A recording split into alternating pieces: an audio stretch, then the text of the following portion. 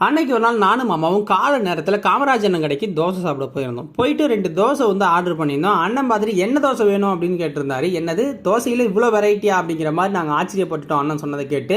நாங்கள் 2 மட்கா தோசை ஆர்டர் பண்ணியிருந்தோம். இந்த மட்கா தோசை ஸ்பெஷல் என்ன அப்படின்னு பார்த்தீங்கன்னா, இருக்கிற எல்லா காய்கறியுமே தூள் தூளாக கட் பண்ணி அண்ணன் போகிறாரு. கிட்டத்தட்ட ஒரு 7-8 வெஜிடபிள்ஸை வந்து கட் பண்ணி போட்டுட்டு அதில் ஒரு 10 சாஸை வந்து ஊற்றுறாரு. இருக்கிற எல்லாத்துலேயுமே சாஸை போட்டு அடுத்து மயோனிஸ் இதெல்லாம் கலக்கினதுக்கு அப்புறம் பார்த்தீங்க அப்படின்னா அதை நல்லா ஸ்ப்ரெட் பண்ணுறாரு அது வேகிற அளவுக்கு. அடுத்தது பார்த்தீங்கன்னா கொஞ்சம் நெய்யை ஊற்றிட்டு அடுத்து பன்னீர் பட்டர் பால் இருக்குது பாருங்கள், அதை நல்லா போட்டு நல்லா மிக்ஸ் பண்ணி அதை வேகிற அளவுக்கு மூடுறாரு. மூடி அதை திறந்ததுக்கப்புறம் பார்த்தீங்கன்னா கமகமன்னு இருக்குது.